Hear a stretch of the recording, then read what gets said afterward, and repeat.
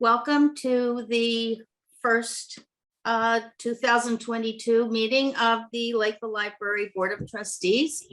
It is 2:10 p.m. on Thursday, January 20th, and I'm going to call this meeting to order. Okay. Thank you. In accordance with the provisions allowed by Chapter 20 of the Acts of 2021, the January 20, 2022 public meeting of the Lakeville Library Board of Trustees will be held remotely. However, to view this meeting in progress, please go to facebook.com/LakeCAM. You do not need a Facebook account to view the meeting. This meeting will be recorded and available to be viewed at a later date at http://www.lakecam.tv/. Present today at the meeting are Trustee Nancy LaFave, Trustee Patrick Marshall, Library Director Jamie Viveros, and I am Trustee Ruth Gross. Recording and live streaming for LakeCAM is Kevin Rutledge. First thing on the agenda is the Secretary's report and the minutes of the November 18th, 2021 meeting. And I will entertain a motion to accept as written. So moved. Second. Patrick. Okay, we'll do a roll call vote on that then. This is to accept the minutes as written. Nancy? Aye. Patrick? Aye. And I vote aye, and so that passes. We'll go into the financial report. Jamie? You have the report as of the beginning of this week. There's really nothing to report. We're in line with where we need to be this year. I know I feel like I'm a broken record with the financial. It's always just, it's fine. Yeah, I really have no. I like it that way. Yeah, right. There's nothing. It's very relatively uneventful. We're starting now with the heating season, having oil, but there's no concern there, at least as the way that it's going. And, you know, with materials, I will eventually start working into state aid. We still have funds left here in the appropriated budget, but yeah, there's really nothing of concern. Okay. Any discussion, questions? All right, moving right along. We will go now to the director's report. Jamie, would you tell us about programs, services, and collections at this point? Sure. For January, we're really somewhat on a hiatus right now, like story hour wrapped up with the holiday themed meetings in December. She's taking a break right now, which is typical for January. There are a few times a year where there's just a window where we don't have story hour. We're hoping to start that up potentially next week, but we'll see where things go. We've got some things we still have to plan in terms of where that's going to happen, you know, because at this point she was meeting outside while the weather was holding, but now we're in the throes of winter, so we have to come up with a different option. But like I said, we're hoping to bring that back in person again. For the adult side of things, I did sort of a new model for hybrid programming for adults. So we actually will have a fully online experience for people. It's not a Zoom experience. What we've done is coordinated with someone who they're actually out of North Carolina. And she's created a website where people can learn about the Marie Kondo method. So the woman that there was a lot of buzz about like decluttering your home and going through your items and how to store things properly. And so there's someone who has created an online experience with that. So it's a web page that has a pre-recorded webinar There's a couple of videos there, an FAQ section, and downloadable tidying checklists. So what we've done is we're going to make that available for our patrons for 48 hours. We have a registration process that's happening on our website now. It will go live next Thursday, January 27th at 6 o'clock at night, and then be available through the following Saturday at 6. So it's kind of like an extended period of time. Normally when we have a program, we'd have someone in-house for an hour, hour and a half, and they do their presentation, we'd have the handouts. In this case, rather than having someone come in person, we're just making that experience available online for 48 hours. People can do it whenever it's convenient for them. We are doing an in-house viewing of those materials on Thursday, the 27th at 6:30. So I've had a couple of people with the registration process say that they'd like to come and view in person, because I know for some they may not have access to the technology at home. So we're also offering it for anyone who doesn't want to view it on their own, a window of time where we're going to have these have the technology all set up that they can access the materials online. So it's a little bit different for us. We don't normally go down this road, but it seemed like, well, with COVID, we might as well try that. So we'll see how it's going to go. There's probably about anywhere from 20 to 25 people signed up now. So that, it would be a successful in-person program as well. Small group activities are going pretty well. Mahjong is on hiatus until the spring. A handful of them are snowbirds, so they leave New England for the winter, lucky them. And the hybrid model of Novelties Book Club is still going, and that's going well. About half of the people at home and half in person. And we're still working on the local history room, which is it's a really interesting project to go through inventory, see what we have, determine kind of what we're going to use it for. And so actually, Nancy, we'll have to touch base at some point, because there's some stuff that we've put aside into a pile, like, what is this? Like, just to get some clarity about maybe why things are in there. And I know like the Historic Commission also will tap into the resources in that room. So just to make sure that we're all on the same page about what's in there and what it's used for. So for upcoming programs in February, I've got somebody out of Connecticut actually coming. This is going to be a fully Zoom experience. So he's doing mindfulness, the importance of focus program. So he's a motivational speaker and a former illusionist. So he's worked backstage on Broadway for Doug Henning's The Magic Show, and he's been part of other national television shows. And he's creating an interactive workshop for people. He will be live on Zoom, so it's like happening in real time, but just strictly on Zoom. We will, again, offer people the option to join the Zoom session in person here at the library if they don't have the technology, but the registration is going to be up for that. And then we've got a live music program happening in March. That's not till the tail end of March. Hopefully we're going to be past this surge at that point. It already seems to be somewhat better than 2 weeks ago, but the Harper and the Minstrel will be here. So Jay and Abby Michaels, they're out of East Freetown. We've had them on occasion. They're kind of known in the area, but they'll be doing their early music program, which will highlight vocals and instrumental music from the 13th to the 18th century. So that felt kind of good to put that back on the calendar. It's actually kind of normal library programming as we would have done in person, happening in the room in real time. Okay, nothing on the building and grounds. Have you come up? No, we're good. Oh, I know, I like it that well, unless Nancy has something. My thing was that I just noticed when I took the wreaths down that the gazebo roof, which we had stained, I believe, is showing brown. So which means that whatever the material was, I don't know if it was stain or paint, is coming off. So that's something we want to kind of keep on top of so that we don't have to replace the roof there. Right. It's probably that been was just- at least 2 years, because I think that was done pre-COVID, the summer before Right. that. So So probably 2019 like coming or up something. coming up on 3 years now. And I did notice that one of the benches needs to be redone. Okay. In fact, it was actually put out to the side, so I think that may be why. Oh, okay. So that needs to be taken care of. But that was just things that I noticed this past week. Okay.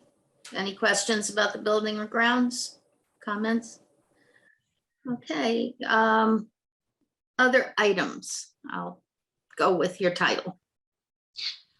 Just wanted to let you know, the Lakeville Cultural Council awarded us a handful of grants this year. And I'm starting to reach out to those folks and plan for dates. There's something, they'll be kind of later on, more June and past June. I'm actually already working on programming like into the fall, which is normal for us, but I hadn't really been going that far ahead with COVID. It was kind of a month or two at a time, but we'll be coordinating with them.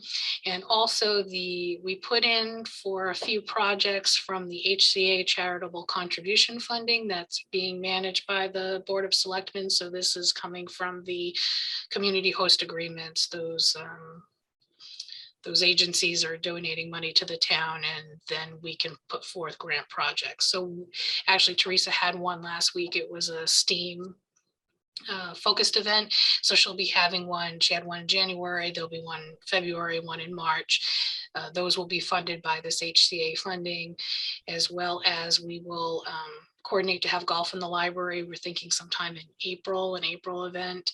And then she's doing a Smash Brothers tournament as well. So we're, taking all these grant funding and turning around into programs for the community at this point. Wonderful. Just a note on the, since you brought up the charitable program, we had talked about doing something to expand parking as a joint project with the Historical Commission, the Lakeville Arts Council, and the library. And evidently, when that proposal went to the committee, they felt that it was too large for what they were willing to be donating or handing out each year. So I think we're probably going to have to think about that as a capital project, and we probably need to get it in sometime this year, so it'll at least be on for the following year, for 2023 or something like that. So it includes a lot of engineering and talking about public safety, and also highway department, DPW stuff. So we're going to have to talk to a number of people. And since the parking is an issue for us, we're at year 2016, right? We're going into 17 years with the library. Yeah. It'll be 17 in the fall. So, 17 years, and we were 20-year grow out for parking and stuff like that. And we know that we've always need more parking for whenever there's regular library patron traffic and a program. So we need more parking spaces. And we're lucky that we have the small parking lot that has a part of the townhouse. And of course, the church parking lot, they just don't want big trucks in there. But a lot of people use that Monday through Saturday. So we do have extra parking around, but we don't own it. And then we also have the parking in front of Sampson Cemetery that people use a lot too. So this is something for a long-range plan, that if we're looking towards the next town anniversary in 2028, which isn't too far away, it's gonna be 6 years, right? So we need to talk about that and maybe do some research on what it would entail with the building inspector. Okay, yeah, I don't know if that's at all on the existing capital plan. I know we've talked some, related to the physical plant as it stands and the need for a roof at some point. We're not in an emergency situation, but right, the building's 17 years old. We have some spots where we do have water getting in from time to time. And so there was talk to make sure that the roof gets onto the capital plan, so that way it's not a matter of, oh, well, we need it now. It's kind of being planned for, because it will be a significant project to do, both in terms of an undertaking and funding it. But I don't know if the parking situation at all is listed anywhere there. So I'll have to, yeah, I'll see if I can. The first time it was brought forward was for the charitable group. So it hadn't gone to the selectmen for anything either. So something, Okay. something to Add it, plan. I'll say add it to the list. Growing list. Okay, anything else on the building grounds? Or and any of the other categories? Okay, Friends of the Library, Jamie? So the Friends will have their next meeting on Monday, February 7th. It's the regularly scheduled meeting that they do. They're meeting first Mondays at 6 o'clock. We're meeting in the large meeting room so that way they can spread out. And just so you know, like this is going to be their working meeting where the membership materials go out for renewing memberships for existing members. So they'll be prepping those materials and sending them out shortly. Great. Okay, next is the Great Ponds Gallery, January 10th to February 24th. A local artist named James Fontina has an abstract exhibit called Lakes and Couches. It's very large, very colorful, looks great in the space, and I hope you'll all try to see it. And he has introduced something new to the gallery in that instead of labels, he is giving a QR code for each painting. And people with a cell phone are able to put the code on their phone and find out about the painting, how it was done. It's very interesting. It leads you to his website. And you can also go to his website, which is www.jamesfontina.com. Anyway, I hope you'll be able to see that. And this is right before our next exhibit, which will be the local high schools, the exhibit from Apponequet and Old Colony. Okay, the 20. I just have, Oh, I'm could I sorry. put something? Could I just say something about the gallery? Yes. The Lakeville Garden Club also received a cultural council grant for Book Art in Bloom, which is going to be September. And the Historical Commission is doing basket boxes and tins, which is a display on storage, earlier storage.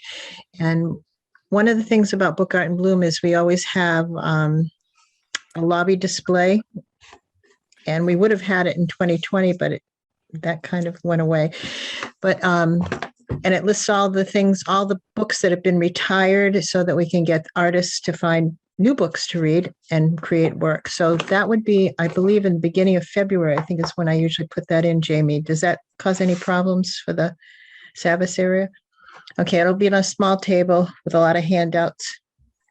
And we have to work on the, I have to update the application brochure, form, which you yeah, have on your computer. I'll make a note of that now.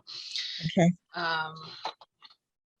Because then also you'd probably need a spot in the February newsletter. Right. Or would it go in March? Because you put it up in February. It's going to be in February, so it'd have to be the beginning of February. But we'll be doing some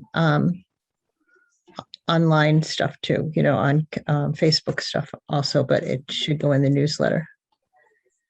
I will send you a piece on it. Great. Okay. Any questions or comments about the gallery? All right, then the 2021 annual report is next on the agenda. Jamie? So we always do an annual report for the calendar year.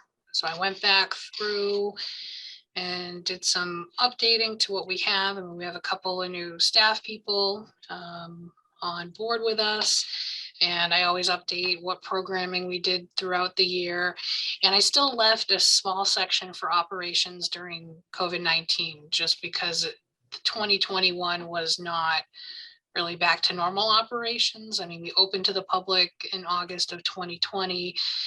on a kind of modified service model where it was sort of grab and go, and that continued pretty much until the executive orders were lifted back in the end of May of this year. So I just wanted to make a note about the operations being different during this time, but at this point, I mean, it's regular operations, in-person programming returned in the summer, meeting rooms are open.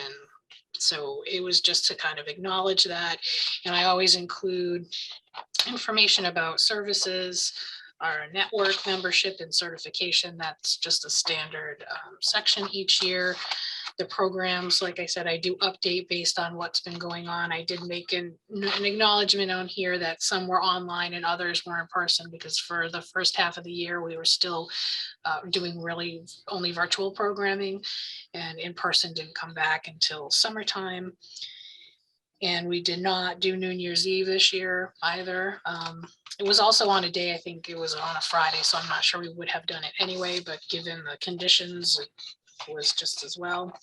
And at the end, there's always a breakdown of the library statistics for the year. So this is calendar year. So the library, we actually end up, this is part of why I do statistics every month for you, is because for the town, it's a calendar year basis, and for the state, I have to report fiscal year transactions. So I'm counting all year round, and then depending on what time of year, if it's in July, then when I'm working on the stuff for the state, we do fiscal year, and then for the town, after December, I work on the annual report. So numbers are actually better than I was expecting. I mean, it's less than where we were in our heyday, but physical book circulation was up like over 30% over this time last year. But I mean, last year, 2020 had, I think there was like a 12-week window where we weren't open to the public at all. And then we had about 10 weeks or so that we were only doing curbside, so we didn't have people coming in.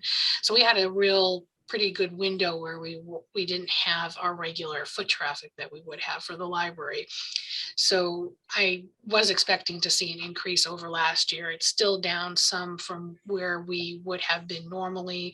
You know, like when I look back on 2019, you know, we had over 100,000 circulations, and now we're at about like 84,000. So it's, you know, recovered from its worst, but not back to where it needs to be. But, you know, people are coming in, they're using the building, they're taking advantage of computers. They're, you know, I feel like we have a lot more new faces too. The funny thing is the overall active borrowers looks to be holding steady, but I think that maybe some people that have left the area, like we purge our records every year for folks that have been inactive for 3 years or more.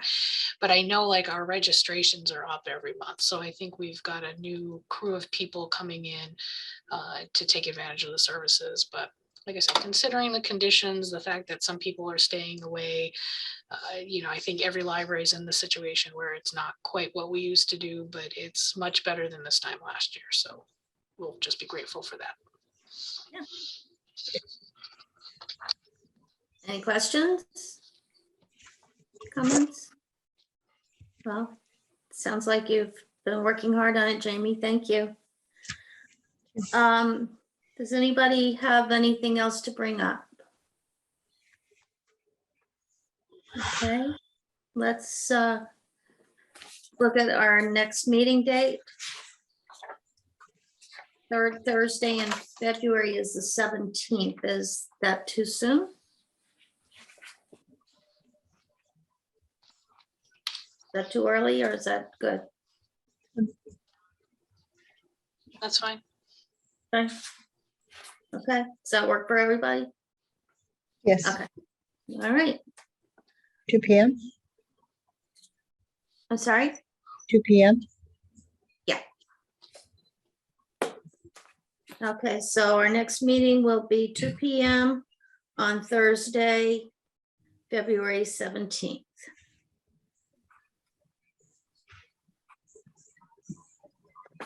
Okay. Unless there's anything else anyone would like to bring up, I'll entertain a motion to adjourn the meeting. So moved. Second, All right, roll call vote. Nancy? aye. Patrick, are you in favor? Aye. And mine. So it is 2:34 and the meeting is adjourned. Thank you.